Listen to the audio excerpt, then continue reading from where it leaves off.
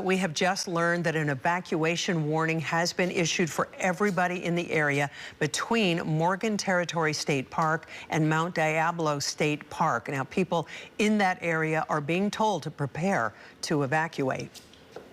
This is not a huge area with a ton of homes, but you have some farms there, you have some homes there, ranches, and obviously people need to have those go bags ready because if there is an evacuation order, you don't want to have to deal with that then. Chief Meteorologist Lawrence Carno standing by with a closer look at conditions and what the firefighters are up against. Lawrence? Yeah, you know, this thing has really exploded quickly out there. Just an hour ago it was about a 2-acre fire. Now we're talking a much larger fire out there. They've got some very warm conditions, humidity running fairly low in the 20 percentile. The winds, of course, in the afternoon, we're starting to kick up out there. We've got some gusty winds now developing in and around that area. And of course, there's a lot of difficult terrain to work in that area as well. So let's take you in for a closer look now. And yeah, in this area in general, you can see all the mountainous regions in there. You can see Marsh Creek Road in that area as well. But surrounding there, we do have some farms and some other homes. Just to the south of that, you can see some homes in that direction as well. So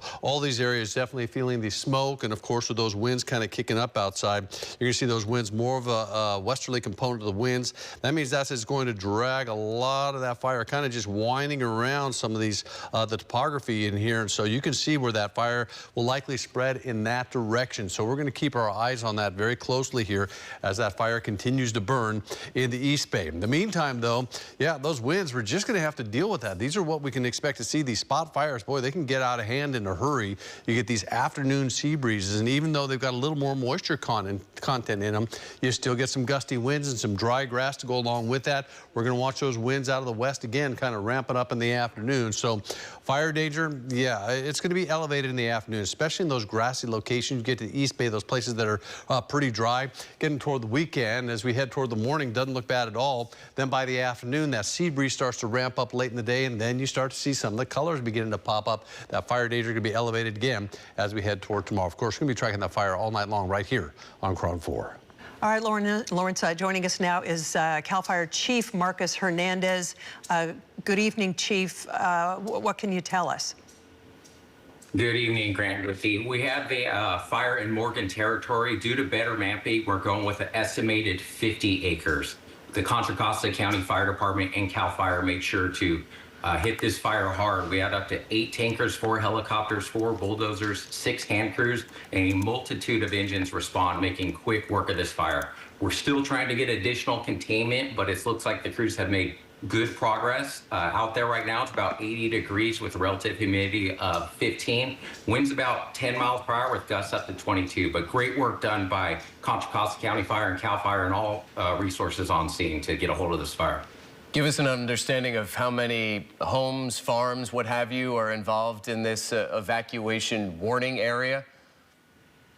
So I don't have it for the specific warning area. I know initially we had approximately 10 structures that we were doing structure protection on with Contra Costa County Fire. Luckily, it's not the most densely populated area, and thankfully, as of right now, no report of any structure damage. So, Chief, it started out as a fairly small fire, like maybe a couple acres. Why is it exploding? And, I mean, obviously, we've seen winds that can gust even more than we're seeing now, which, so is it just because there's so much fuel out there?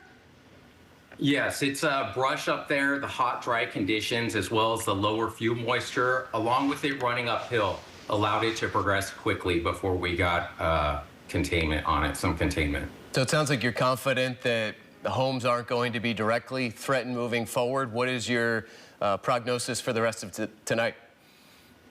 We still have the warning in place. However, we are pretty confident that we'll be able to get this fire contained. We'll have crews working throughout the night as well as tomorrow to make sure we get full containment on this fire and protect the communities around. Yeah, you know, when we see these wildfires, a big concern is, you know, when the winds start whipping around, that embers will travel and could spark another fire.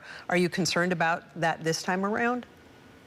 I mean, it's always a concern, but that's why we're going to try to get containment lines around this fire as soon as possible. Crews are going to be working hard through the night, and that's always a risk, but we're going to try as best to mitigate that risk. Okay, Chief, our cameraman Tahir is out there, or Malcolm, excuse me, and we're looking live at the situation. There's a lot of smoke out there. Can you see that, Chief? Yes, I can. Okay, just give us your impression of what this is in relation to the battle the firefighters are up against.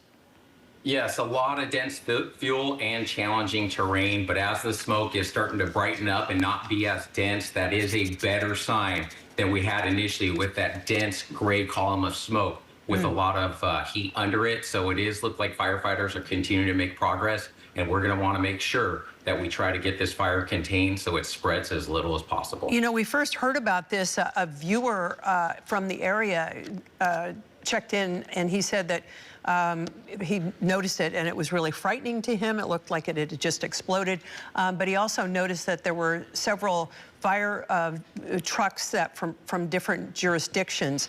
It seems like you're hitting it pretty hard from the air and the ground. Are you getting help from surrounding areas? Absolutely. Like mentioned, we're hitting it hard from the ground and the air, and Contra Costa County Fire and CAL FIRE both sent a heavy amount of resources to start containment of this fire. Do you anticipate having to continue the aerial attack after it gets dark? And do you have the specific choppers that are able to do that at your disposal here? Yes, we are seeing if we do have the need for the night flying helicopters, we do have those at our disposal, as you mentioned. So we're just making sure that we have that need for it. We do plan on releasing some aircraft and have already begun to do so with the strength of this fire winding down and the crews on the ground also doing such great work. Yeah, well, that's great. If you're releasing aircraft, that does really speak to your level of confidence. We see one chopper right there still making drops, and obviously with the terrain, there you see a drop. You know, it's tough to do anything from the ground with the terrain, correct? Absolutely. No, they can get in there on the ground, but it does take a lot of work, and we really need that coordination between the air and the ground to make it sure it's out. But the aircraft definitely help, along with our bulldozers and hand crews that are on scene. All right, so this is still, you know, we're in fire season. The conditions certainly can and do get worse. What are you anticipating that we should be looking out for down the road? You know, just as you mentioned, we're in peak fire season, so if we can get homeowners to just continue to be ready, do that defensible space, go to readyforwildfire.org, and just remember, fire season is here, and we want people to be as cautious and mindful as possible whenever they're working in an area that may have fire to make sure we reduce that hazard and risk. I know you don't have an official cause on this one yet, but any inkling as to what may have been behind this one starting? Nothing yet. The cause is under investigation. All right.